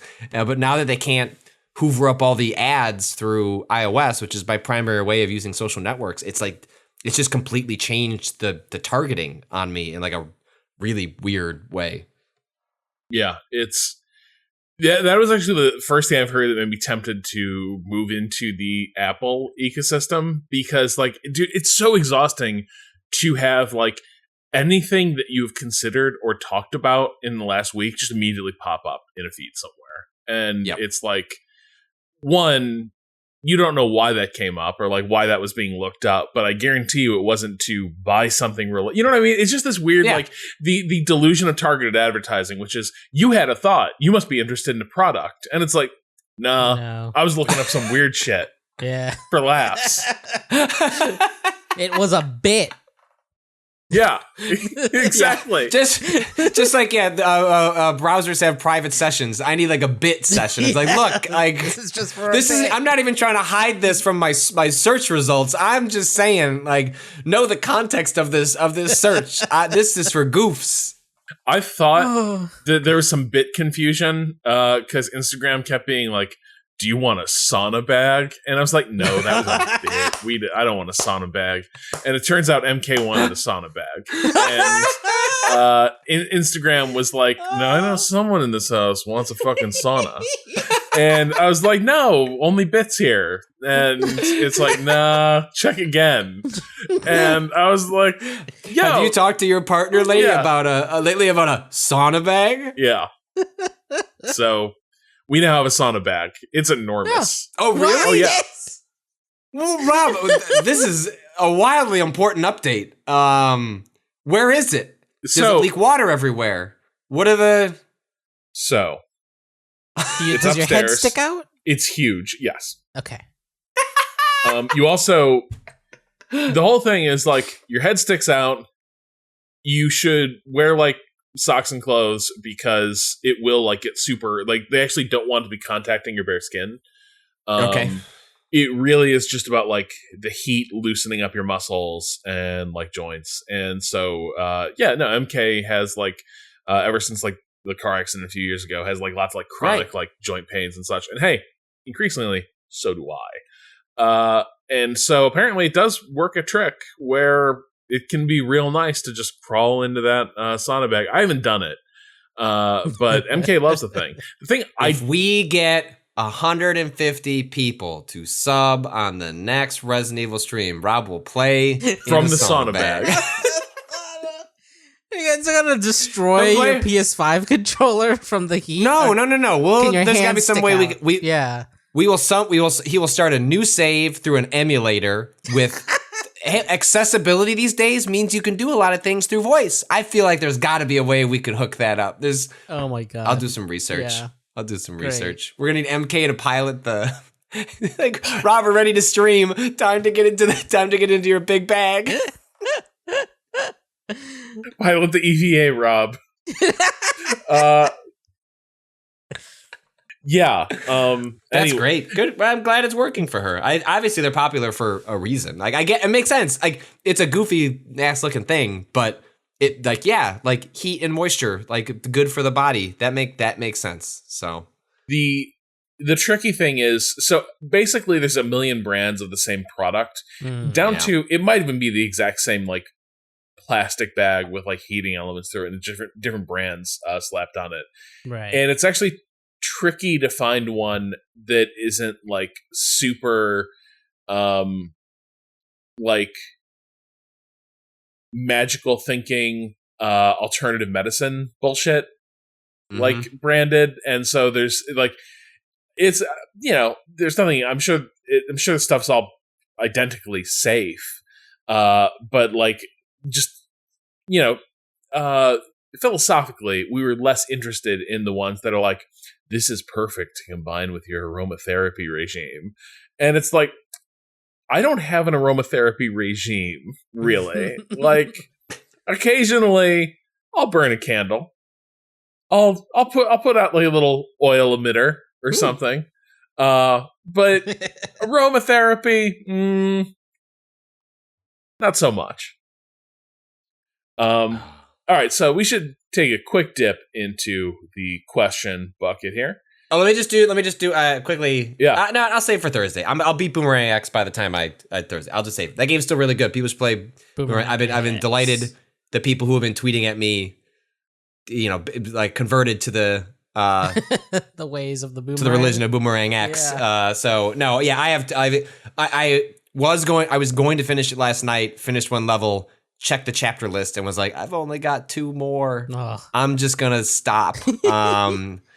I won't be able to stop myself between now and our next recording, but I'll have concluding thoughts other than just to say Boomerang X fucking slaps, and it still does. So anyway, open up that mailbag. So I think we'll just get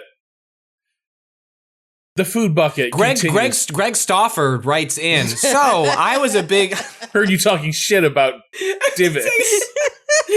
You may think that I was just lazy. I wasn't. I was busy. I'm not busy now. I'm comfortably retired. Yeah. Let me see. Okay, so the food bucket has been most fruitful for us of late. All right. So we'll go straight there. So I can only go where the mailbag takes me. And right now we've got a lot of movie questions for the movie pod. Whoops. We could. What? Said whoops. We could tease. You know what? I mean, this is a public feed pod, right? Yeah. And so I think this Wednesday, Kato, is that still the case? Wednesday we'll have a first return of untitled Waypoint movie podcast that you can help us title. We're gonna rewatch. It still exists. There's that archive. Like you can go and read, listen to all those. But we're gonna rename it something new that we haven't figured out. But on it, we're also, even if you're not like super interested in whatever topic we're discussing that week, which I think even a movie like No Sudden Move, which we weren't like A+ on, I still had like a really awesome conversation. I think you will enjoy, even if you haven't seen the movie. I think you'll dig it. But we're doing some movie questions. So I think as a way of cross-promoting that, Rob, if you are not a Waypoint Plus member, you don't have to do it right now, but I think we should throw in a movie question. All right, I'll pull something up here. But I think we will start with a food bucket question. Please. So, there's a visual aid. I need to pull it up. Well, I don't... Love these. Andrew writes. Okay. Do I need to describe this first, or is the pic? Is that your? There'll just be us? A moment where we discuss it. All right. Okay. I recently moved into a 1-bedroom with my girlfriend. This is only my second move from my parents' house. Our previous living situation was my girlfriend, 2 friends, and myself. Now that it is just us 2, we have almost no kitchen utensils. My previous roommates had plenty of stuff, so we didn't have to buy anything. Also, they weren't really the most careful people, so I didn't want to get anything nice and watch them slightly misuse any too expensive kitchen utensils that I tricked myself into buying. For reference, I bought a Zojirushi rice cooker that I am very careful with and was always anxious about it being mishandled. Good instinct. Now that we are by ourselves, I am without many kitchen utensils. I've purchased a pretty good set of pots and pans, and my girlfriend purchased me a very respectable set of knives. But now I need a spatula. My current spatula is almost a novelty that my girlfriend bought out of kindness from one of her friend's pampered chef parties, pick included. Pick included. Patrick, would you like to describe what you see? Yeah, I am I'm a little piggly wiggly. I'm seeing a pig, a pink spatula that's taking care of some delightful shaped pancakes. Well, one of which looks to be the I don't know what they call it, the aliens from Toy Story. Like I forget what they're called. The other one is a penguin, maybe. That is Woody. Cow?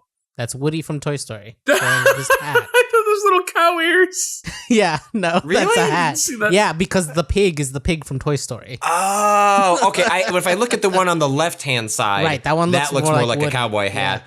The angle over here, yeah, I I could see the cow, absolutely, totally. But Oh, well, and All Andrew right, actually yeah, covers all right. this. The spatula is in the shape of Ham from Toy Story. Yeah. And the Oh, ears are 2 prongs that ensure flipping an egg is impossible. So Oh my question- God. oh Of shit! There's course. a lot of holes in this thing. well, also Yeah. just the little fucking the ears sticking out the top, like that's not useful. So a gonna question for you pierce all things. is: what spatula and other kitchen essentials do you recommend? What are your daily drivers? What can you not live without? We are both 30, and I appreciate a well-made tool that lasts a long time. I would suggest a silicone spatula Yeah. that isn't like the type of spatula you're thinking of when you think of the word spatula normally, right? Like it's usually more, it's kind of like a beveled, it almost looks like a blade, but it's made out of silicone. It's got like a beveled edge. It's a little harder to like necessarily flip things with, but it is also, it's just like the silicone can get in between anything. I feel like no matter what whatever you're cooking, it would always be like so easily and cleanly like edged. You can get that edge under anything, and you'll be able to get a good flip out of it. But it's less about like this kind of spatula that they sent in is like the wider one where you almost hold the thing that you're about to flip and then turn it completely. Silicone spatulas are generally a little bit more narrow, but the important bit of it is that I've never had an issue getting it under anything. Where those thicker spatulas, if they don't have a good beveled edge, or if they're made out of the wrong material, can scratch up whatever you're cooking on, or will just like not do as good a job like slipping under things that are sticky, you know? Now, to that, however, I agree. Like silicone spatula, pretty critical. However, I do think it has to be paired with something a little more rugged for those like harder jobs. You need a burger flipper. And that is the easiest way to find them. Like if you look for something specifically called a burger flipper, you will get one of those short handled little steel flippers that you see at like a short order cook using. I've had the same one for like 10, 12 years at this point. And it's perfect for like when you are using like a stainless steel pan or like a cast iron. And ideally, like you wouldn't have to do this, but sometimes shit does stick. See, and I you wouldn't need to use this on a cast iron. I definitely feel like I've heard that that'll fuck with the seasoning if you scrape too hard with like one of these metal things. So, but that's why I like the there are times you're putting a hard sear on something and you don't have time to be delicate. Fair. You just gotta get in there and just flip that burger and then mash it. But yeah, so this is why I like cooking burgers on a grill the right way. Yeah, see, I don't have that. I don't have grills, unfortunately. I do like a grill. You know what I really want, though, is a griddle. Like, my ideal kitchen would just have an enormous fucking range with a giant griddle in the middle that I can just, like, go nuts on. That sounds That'd perfect. Be great. And like an industrial hood to just get all the fucking smoke you're gonna bake. Yes. Sadly, I asked, hey, my kitchen has an exterior vent. Can I just, like, run some conduit or some duct work over there and apparently no, extremely no, that's a fire risk, don't even think about it. God damn it. Because it turns out if I'm just sucking all that grease straight out into a general purpose ventilation duct, my risk and the building's risk of eventual like fire just goes through the roof, really, as years of grease accumulates on like motor housings and near electricity. So that's a no-go. If I'm ever going to do something more ambitious here with handling grease, I'm going to have to get one of those silly little, you can get one of those big hood fans, but like you have a carbon like filter trap. Yeah. But those aren't as good as exterior ventilation, but it's better than nothing, apparently. Yeah. Patrick, what can you not live without? See, the thing is, I use a lot of things in the kitchen, but I would have difficulty describing, because like my wife is the one who cares, so she's buying the nice knives and the nice spatulas and all the good. We just did get we finally made we jumped to an air fryer. I feel like this was the thing I kept hearing about over COVID, as people were like making more food at home, having more food delivered, and what do you do with certain types of food that are really good at a place and that are still pretty good at home, but that like even in the most ideal conditions of being traveled, change a little bit, like a burger or something like that, right? Like it's and you don't want to put it in a microwave, you don't want to put it in the oven, you don't really want to put it in a toaster oven, and like people kept saying like like the air fryer, that's the one you want. That's the thing you need for like this. I've heard like bacon is like the ultimate through an air fryer. I haven't done that yet, but there was a sale sometime recently, and I was finally like, all right, it's under $100. I'll try this air fryer. So I've been slowly working my way through figuring out the best use cases for that. But I don't know. Like I don't know. I can't articulate that as well as the two of you, because I mostly I know these tools in front of me have been well researched and purchased, but I couldn't tell you a thing about them. I use them constantly, but I don't know anything about their construction. All right, I'm gonna throw something else out there though. Just gonna save you some research. Not sure if you have nonstick yet. If you don't, just buy the Analon Nouvelle Copper Lux nonstick hard anodized skillet twin pack. You get a tiny little one for doing a couple eggs for yourself, then you get a bigger one for doing whatever. What was that brand again? Analon. Yeah. Because so the thing is, nonstick. Here's the thing: if you're looking for the nonstick thing that will last you the rest of your life, by definition, you're going to fail, because that just doesn't exist. Like nonstick wears off. Analon makes good stuff though. There was a point where Patrick was making fun of me at the start of the episode, and he was very right to do so. I like planning and thinking about what I'm going to do or get more than I like actually like using it or like executing it. But it does sometimes lead me to dubiously useful things where it's like, I was like, I need a non-stick pan. I can't be using cast iron for everything. I'm going to break my fucking elbow doing this. And also there's times where like your cast iron, no matter how well seasoned, is not fully non-stick for some things. Yeah. So I went into this like 3-day mania of like, I needed to find an ideal stainless steel skillet, and I needed to find an ideal nonstick pan, and that's what I alighted on. Like, for it's not too pricey, and it holds up really nicely, and it is like, if you haven't used nonstick in a while, like if you remember it from like my parents were early adopters of like the shittiest Teflon coated stuff that was like nonstick beautifully for like 2 uses, and then it would just wear off, and there was Teflon in your food, and it was really gross. Yeah.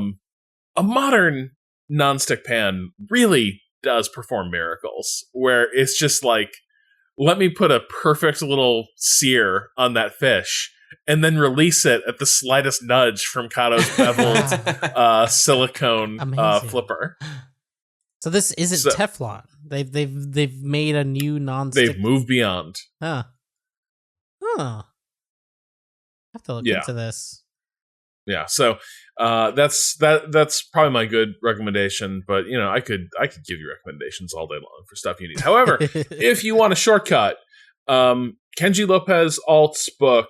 Oh gosh,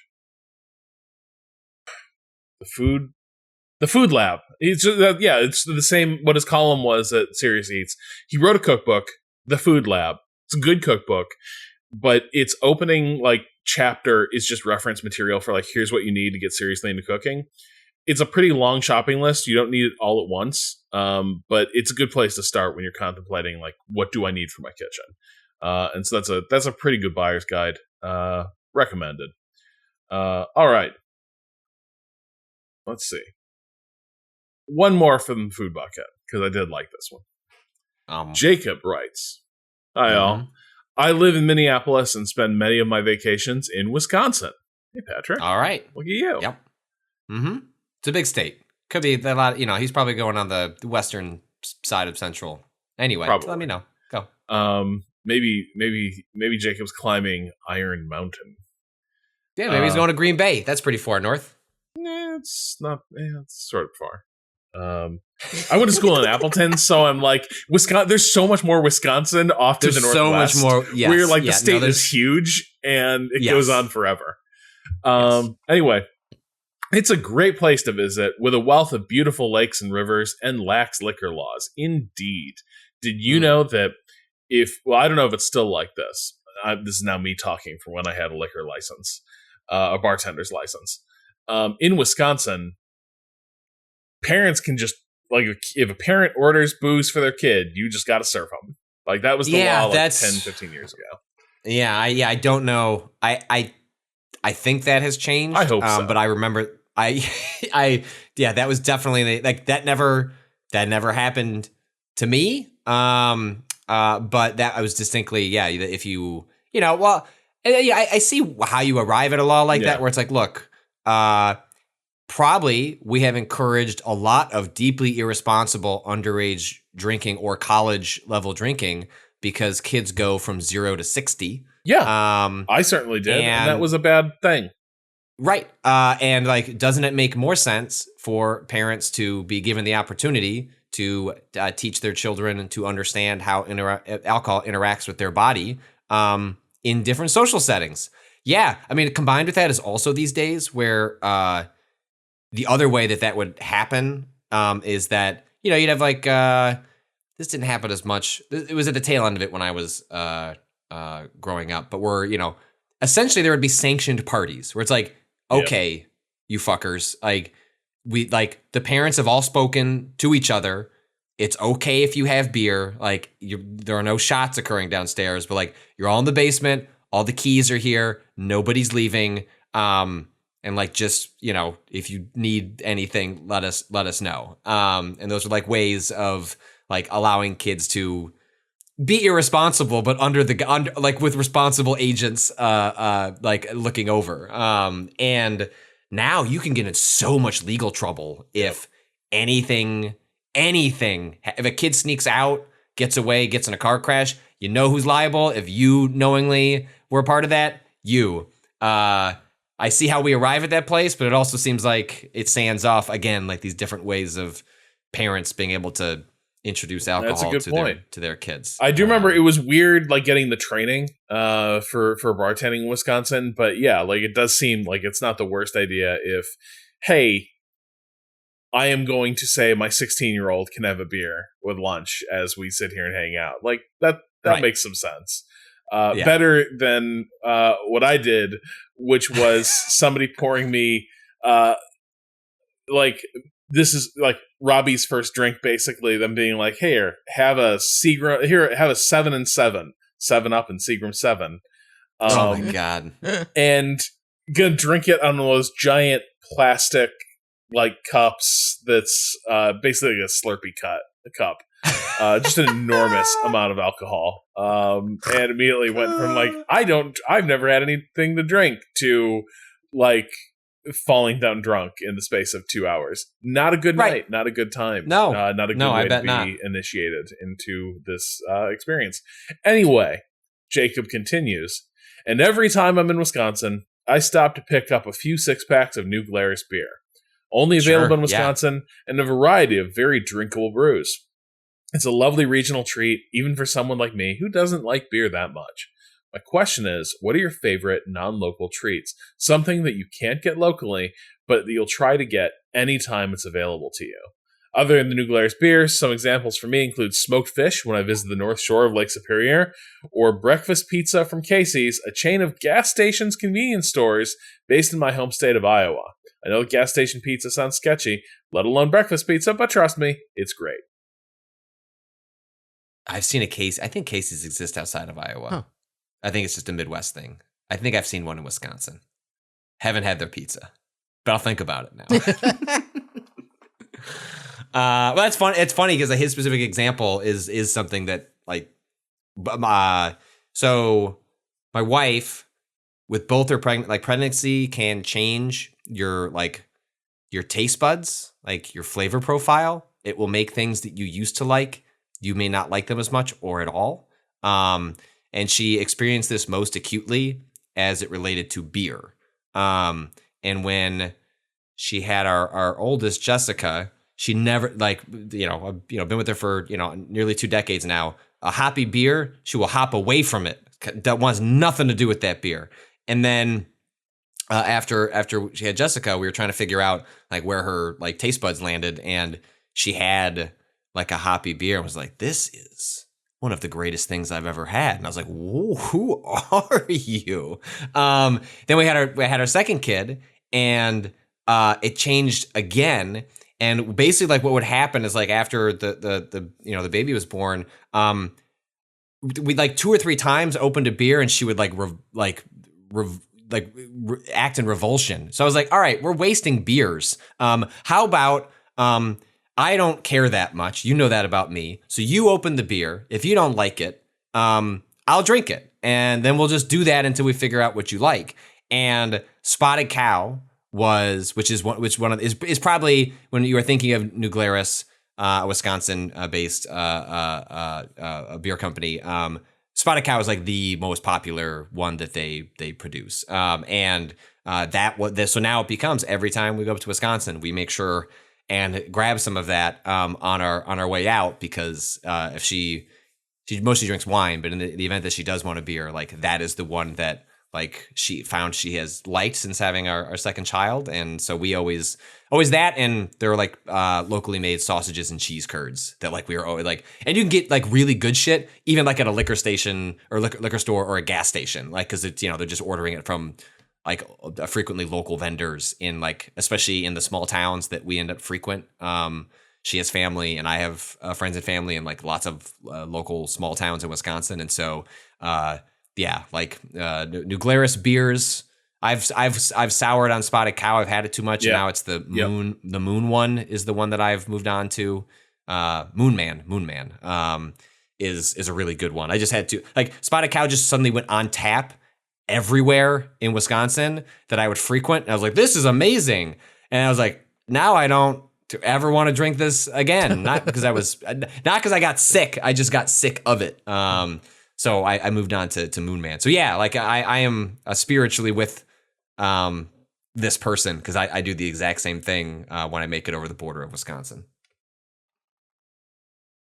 Kato, you're well. I think Kato doesn't want to speak up because he's probably has like, you have like you're like a little goblin. Like you have like 1,000 of these. Like I feel like this is a Kato specialty. Yeah, what Florida delicacy are we about to hear about? What Maryland what Maryland experience are we about to? Yeah, you were just in Florida. Yeah. What did you come back with? Well, that's it's Colombian. He drove food. down to Ybor and just filled a trunk and with ice and food and drove north. No, I mean I had what did I bring home? I brought home some chitas. It's all Colombian food and food stuff. Okay. Not drinks. But it is a thing that is harder. It's funny. It isn't harder to get here, but it's somehow, even though I'm technically in the same city as it here in New York, it still takes longer for me to get to it than in South Florida, where it's still an hour to Miami to get to like some of the like more intense like Latino run shops. But I usually do come home from Florida with a bunch of like Colombian snacks that I can't. I could get here. There is a large Colombian community. This is well known in Queens. But it's an hour and a half still to get to Queens from where I am because the MTA fucking sucks and getting between Queens and Brooklyn is the worst thing ever. And it takes forever because there's no direct line between those two boroughs. You have to go through Manhattan, which is trash. But this last trip I brought home some bocadillo, which is a fun snack that is just sugar. I mean, they say there's guava in there. It's guava flavored sugar, kind of packed into a gelatinous little cube. That is so sugary that it's beyond candy almost. Like I would eat a piece of candy by itself, but this I have to like pair with something. What you do is you make a little sandwich with mozzarella cheese on either end of it as the quote unquote bread, and that kind of salty creaminess evens out the intense sugar from the piece of the little cube of guava sugar stuff that is the bocadillo. That's the thing I brought home from Florida that I don't get here. Yeah, I feel like so I mean, like there's obviously all sorts of like regional pizzas that are delicious that are just like when I'm in an area it's like I gotta go hit this place up. I gotta go check it out. But gosh, like yeah, it's weird. There are fewer things for me like that are like, oh, you can only get this kind of snack in this one part of the country and like doesn't really exist elsewhere. For me, it's less stuff like that and just stuff I have like an intense nostalgia for. So like, sure, there are some really good like burgers and fries joints in the Midwest that are just different from a lot of other stuff. Like, Patrick, are you familiar with Shoop's? Or is this just too much of a Northwest Indiana thing? No, I feel like the times I've heard Shoop's, it come from your mouth to discuss it. But no, I've been to Indianapolis like once. Indiana was always just the pass through state to get to my family in Ohio. So I didn't, or like Michigan. It's no offense meant to Indiana, but I feel like that's frequently how people's interactions with the state are. Yeah. And that's totally fair. But like there are two places like, so every time I'm in Northwest Indiana, I get a major craving for Shoop's, which just does really good burgers and fries and shakes. And inside it's just like our version of Shake Shack, and it didn't travel, it didn't grow beyond Northwest Indiana, but like I have a strong nostalgia for the exact way they form their patties, the exact way they dress them. And they have some in Illinois. I'm looking it up now. Serving deliciousness in Illinois and Indiana since 1948. I'm trying to see what the nearest one to me is. So yeah, maybe I can find some way to solve this. And God, I'm going to Google something now. This place still open? Please be open. Yes. And then, if you ever find yourself in Munster, Indiana, Munster Euros is still like my iconic. I feel like you have mentioned this place before. I think it has come up before. I want to say that I've heard you say. Yeah, that. for years they had like the best deal. It was like $6, 2 Chicago style hot dogs, and a basket of fries. Like just absurd value for when you're a teenager. And so, yeah, that's the stuff I'm probably most nostalgic for. Because there are fewer places out here that are like, I live outside the White Castle belt. I miss White Castle a little bit. And so there's times I'm super nostalgic for it, and it's not really readily accessible here in the Northeast. As far as snacks, I did make a dangerous discovery lately, which is that like if you go to like nuts.com has excuse me? Yeah. Go to Rob, you're supposed to be in private. Like you're like the yeah. I should. Damn it! I should have only gone to nuts.com through a. What the fuck is this? Well, Kato, sometimes the name of the podcast doesn't come until the end, and then sometimes you find it. Oh, I should only go to the site through VPNs, but if you go to nuts.com, there's a lot more than nuts. This first line: dried strawberries, dried mango. Yeah, not nuts. The real danger for me is the malted milk ball category. Oh no. Oh no. I love malted milk balls, but also like fancy malted milk balls like get real interesting. And you can just like you can basically, if you want to turn your house into a candy shop, you can do that. You like nuts.com is where all the places, like all the ice cream shops, all the candy shops, like they're sourcing most of their inventory, and it's utterly absurd. Oh my god. Yeah, dude. Hey, send me the link to the malted milk balls. Okay, you did. Yeah, I did. Oh yeah, no, I got you. Oh my god. Yes. Rob, I think you've just ruined a lot of lives. I think you should have kept this to your fucking self. Mince cookies, malted milk balls? What the fuck? Yeah. You can put more than just milk chocolate on the milk. Let me tell you, those ultimate malted milk balls are not fucking around. They're real good. They are ultimate. Here's another thing if you want to ruin your life. Espresso malted milk balls. Fuck yes. So, chocolate sweets / toppings. Oh no. Because who doesn't want to get topped at nuts.com? Rob. You can go to Rob phrasing. Oh, amazing. So you can set yourself up for like, hey, we're making sundaes. We're making ice cream sundaes here. And you can just get whatever you want. All that stuff that you like when you're at, you're at a nice ice cream shop and you're like, I can't choose. And this is my only chance to have a really nice like ice cream that's full of bullshit and business. No. You can bring it home.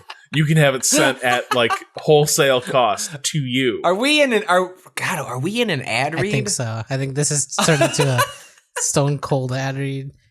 Stone Cold? Cold Stone? No, because you don't need Stone Cold anymore. You don't need Stone Cold Stone. Cold Stone. I did it too. Next thing we know, fucking Rob's out here with a piece of marble, just fucking using nitrogen. Because Cold Stone said so. Smashing 2 canisters full of chopped Andes mints. Yeah, I remember he came out in just shotgunning them. He came out in the Zamboni and it was just like, I love M&M's. Anyway, the point I is, love wrestling. The point is, you're gonna spend $100 on things, and you're gonna bring this to the next stream, and we are going to indulge. Is what we're going to do. We are. We're gonna make. Can we make ice cream sundaes? Yeah, we can. In-person stream that we do. Can we? But you both have to go to nuts.com and make sure you get your favorite stuff. Yeah. Okay. All right. Yeah, we'll bring our. All right. Great. Write that down, Kato. That's a segment. Great. Ice cream sundaes. Can you buy a Cold Stone? How much is a Cold Stone? How much is you mean like a store? Stone? Yeah, the entire store. You could probably make a Cold Stone with a stone that you make cold enough, right? You put a stone in a freezer long enough. Yeah, it's a but cold that thing, the little cold griddle. Is that what it's called? Cold griddle? Cold griddle. I don't think so. I think it's literally a stone, right? No, dude, like the whole thing. I thought that is a chilled surface that they're cutting the ice cream up on and folding the shit into. It's made from some sort of rock, though. It is literally a stone. Is it? Yeah, it's just cold. It's cooled from the bottom, I believe, or something. I'm trying to find, because I found something called the anti-griddle. Oh, ooh. An anti-griddle is a kitchen appliance that flash freezes or semi-freezes foods placed on its chilled metal top. Oh, the anti-griddle. Right? Now, you have to be careful, because if the anti-griddle and the griddle ever touch, the universe ends. Yeah. So it's discouraged rather strongly to ever put them in the same room. I love that I know this exists now. I'm going to make the Cold Stone at home. Waypoint Plus money is being spent on an anti-griddle for our chocolate sundaes bit at the next event. Oh, Breville makes one. I'm sure that's good. It sounded arch, but generally Breville stuff is pretty good. Top Chef guest judge Grant Achatz? Used a similar device in his first Chicago restaurants, Alinea. Yeah. Alinea or something which like that, he invented with the help of culinary technologist Philip Preston. It's local to you. Gotta go check out the original. Alinea is a Patrick Klepek-ass place, from everything I've heard. I think Patrick would love it. Patrick, you should, when the Bears are playing, you should go catch a game at Alinea. All right. I'll add it to my list. All right. I think that will do it for this week's episode. We'll get to Sorry, movie question. It was a good idea. We're going to get there. Now we've run up. But the bucket was good to us. That should be the fucking name of the podcast. We'll get there.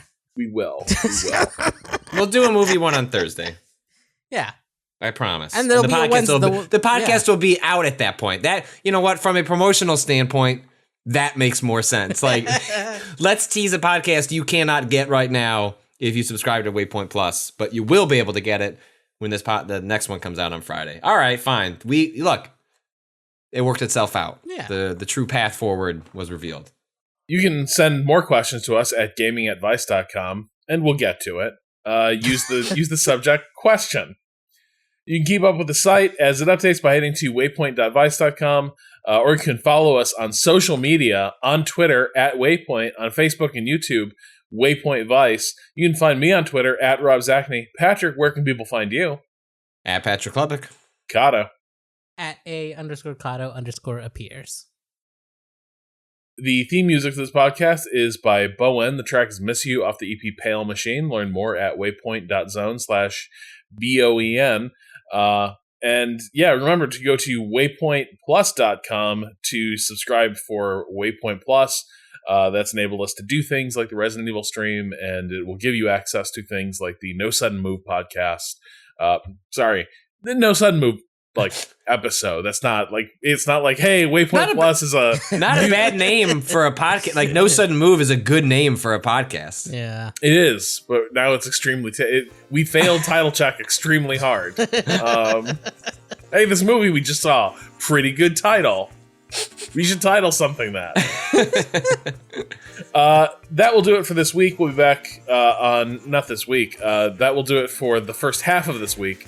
We'll be back with the No Sudden Move episode on our premium feed for Waypoint Plus subscribers, and we'll be back on Friday with another episode of Waypoint Radio. Until then, fuck capitalism, go home.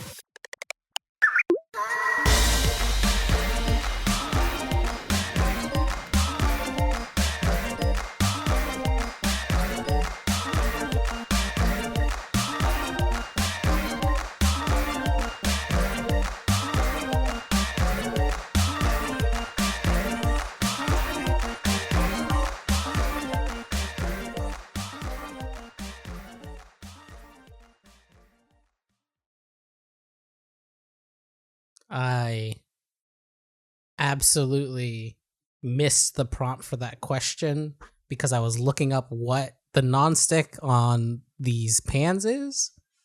Yeah. And it turns out it is the same chemical compound as Teflon. But they bonded it differently to the aluminum or something, which is why it doesn't scrape off. But it is Teflon is the brand name, but like it is the same chemical. Yeah. Okay. But I'm no longer eating it. Right. You shouldn't be eating it as much because it's like more durable the way they stick it to it. But I was like, it looks like Teflon. What is this new thing? I must know. Yeah. But it's just Teflon. But it's like better bonded. Yeah. But hey, the bonding is where the magic is. Right. Right. Now you're not getting I keep going with great names, just accidentally. Anyway. So that does it. I will upload this using my fast new internet. I got to look into that this week. I will try and also solve that. Yeah, I can upload a file to Kato now in 5 minutes. Wow. 3 minutes. Wow. Truly. Kato, bring up the drive. I want to show everyone how fast it is. Hold on. Okay. I'm making the file folder right now. All right. This is 409, right? Is that what you said? I think 409. Cut out. Okay. 409. Right. Rendering. All right. Open that folder up. Here. Oh God, you're gonna make me stick around so I can. Yeah, we gotta watch this. So you can marvel. Mm-hmm. Yeah. How am I gonna marvel? Am I gonna be able to see your upload? No, you're gonna hit refresh though. Yeah, and you're gonna go in there and be like, "Wow, it's done." It's gonna be like, but like with a file. the thing I do with my toddler, I can also do with Rob's file uploads. Exactly. All right, I am uploading now. 8 minutes left. 45:07. 3 minutes left. Ooh, wow. Who's gonna get there first? I wonder. Kato, you always had a fast upload though too, haven't you? He has 100. Yeah, I have 100 up. Yeah. What? He has I've got FiOS, fiber optic. How did you have that? I got lucky. My section of Brooklyn was one of the sections they came to, and also didn't force me. Apparently, has recently gotten FiOS also, and they are forced into a 300 up, 300 down plan for some reason in that area of Brooklyn. 100 isn't even an option. I don't get it. Oh, damn. I wish someone would force me into 300. Yeah, I was gonna say, no, but you have to pay. It's more money. I'm paying a cool $50. Wow. 50 and change or something. Is cheaper and so much better. Competition. That's what is good. Yeah. It's competition. I've got 3 options here, and Kato, you can never leave that place. No, I cannot. Did you finish? Is the upload done yet? No, this was less dramatic than I hoped it would be. Okay, all right. I'm hanging up this call. All right, but Patrick, you're gonna refresh, right? You're gonna check it out in I'll let you know. I will 1 minute. Don't forget. A minute or so. Great. Remember when you turned on Dolby? What was it? Oh my God, it's 5.1. Instead of linear PCM, you turn on and you didn't Dolby 5.1, and it hurt my head. You didn't. We could have fixed it. We could have. People would be like, "Damn, I didn't even know Twitch did 5. Twitch doesn't do 5.1. It does not. Nobody does. No. Well, they should. Where's the audience for the hi-fi streaming? Maybe we can fill that niche. We need to find let's find a service that does live streams encoded at 5.1. Sounds like we're building our own thing from the ground up. Sounds great. I'll get product right on that. Perfect. All right. Take care, y'all. Is this file uploaded yet? The circle is closing. It's so close. Nope. It's Patrick's gone. Patrick, come back. You gotta watch it happen. Can I make it ring on his end again? Yes, I can. I don't think. Can you? Oh my God. I can't believe you did this. I can't believe you've done this. It's uploaded. It's happened. It's there. It's there. Look at it. It's uploaded. He's gone. Bye, Kato. Bye.